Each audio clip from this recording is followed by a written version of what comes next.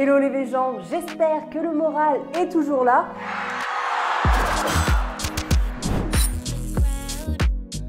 Comme vous l'avez vu dans le titre, on va faire un rôti vegan, un rôti de seitan. Je sais qu'il y a Pâques qui arrive à la fin de la semaine. Bon là c'est un petit peu compliqué vu la situation. Vous allez certainement faire Pâques version confinement avec Skype et tout. T'as vu, j'ai mis un seitan rôti sur la table. Donc le seitan rôti, c'est ce qui vient remplacer l'agneau. L'agneau qu'on laisse gambader, qu'on laisse grandir. Il a rien demandé à personne lui de naître pour être bouffé. Hein. Bon je sais qu'il y a des petits malins, il y a des petits haters qui vont venir me dire en commentaire. Moi j'adore l'agneau dans mon assiette, c'est hyper tendre et tout. Vous sortez. Vous allez voir, c'est pas si compliqué à faire, c'est juste un petit peu long. Il faut juste suivre les étapes, être attentif. Là, on va venir mixer des haricots blancs ou des flageolets ou des haricots rouges avec les liquides pour former une petite pâte comme ça qui va humidifier notre gluten de blé.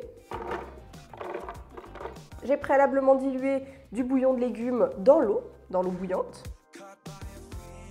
du tamari ou de la sauce soja, de l'huile d'olive ou de l'huile végétale, du concentré de tomate.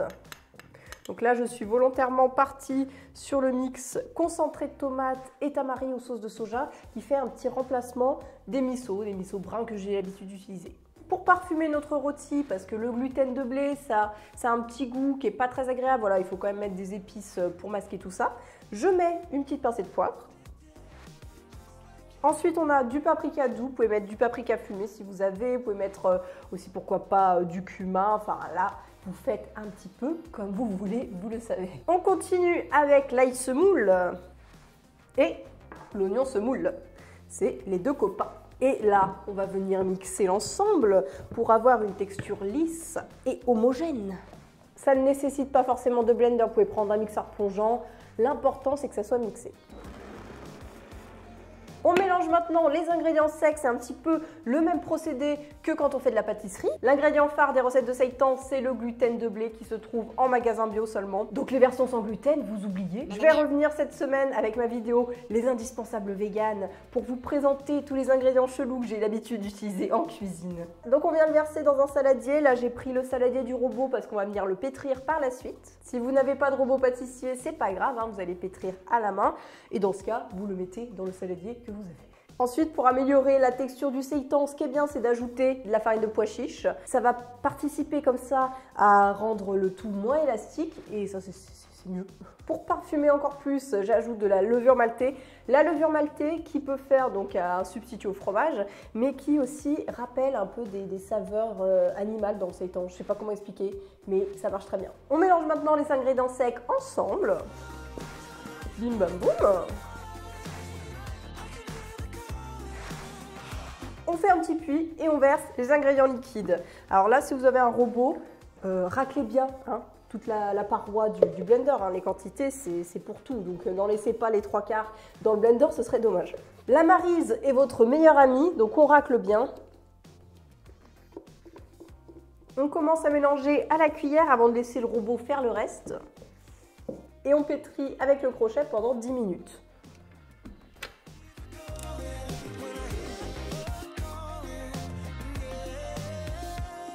Vous me demandez souvent pourquoi je pétris le seitan pendant 10 minutes. En fait, ça va venir resserrer les fibres. C'est ce qui fait qu'il va être plus tendre, qu'il y aura une bonne mâche. En plus, on va venir le maintenir avec du film alimentaire.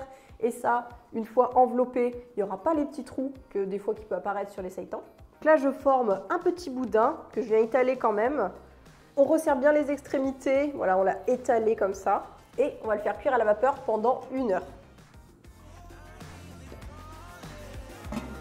Le seitan est cuit, ça fait 1 heure, je l'ai sorti du panier à vapeur. J'ai laissé un peu tiédir avec le film plastique et là, je vais l'enlever et on va venir le rôtir. Ça s'appelle pas un rôti pour rien. Oh. Maintenant, on va faire une sorte de dorure, une petite marinade qu'on va mettre comme ça sur le rôti pour apporter encore plus de goût. Dans un petit récipient, on vient mettre le concentré de tomate, on reste sur les mêmes saveurs. Un petit sucre en liquide, donc soit sirop d'érable, soit d'agave, soit de coco. Je viens ajouter de l'huile d'olive, du tamari et une demi-gousse d'ail qu'on va venir presser. Hop. Et là, on remue bien l'ensemble. Hop, hop, hop, un petit peu de nerf. C'est gras, hein, c'est normal, hein, on vient enrober le seitan d'une petite marinade bien goûtue, bien grasse. Pour que la marinade pénètre un petit peu à l'intérieur du seitan, on va faire du quadrillage. Donc là, on n'enfonce pas trop non plus, mais quand même. On fait des entailles parallèles et on va faire les mêmes dans l'autre sens. Je dépose le seitan dans un petit plat à gratin et c'est parti. Regardez-moi ça, ça va être bon tout ça. Avec des petites pommes de terre au four, des petits légumes rôtis. Pour qu'il y en ait bien sur toute la surface du seitan, je m'aide d'un petit pinceau, c'est pratique. Et là, ce que j'aime bien faire, c'est ajouter de l'ail en chemise. Alors j'en mets quelques petites gousses et ça va venir rôtir au four, ça va être très sympa. Et il ne reste plus qu'à enfourner dans un four préchauffé à 165 degrés pendant 30 minutes. À mi-cuisson, arrosez votre rôti avec un pinceau parce que la marinade elle a tendance à partir sur le côté et vous remettez. Et vous faites ça 2 à 3 fois en cours de cuisson. Donc c'est un rôti qui est parfait pour 6 personnes. Vous pouvez le déguster maintenant, chaud, à la sortie du four avec votre garniture, vos légumes. Ou sinon, moi ce que je préfère franchement, c'est de le manger le lendemain après un petit passage au réfrigérateur.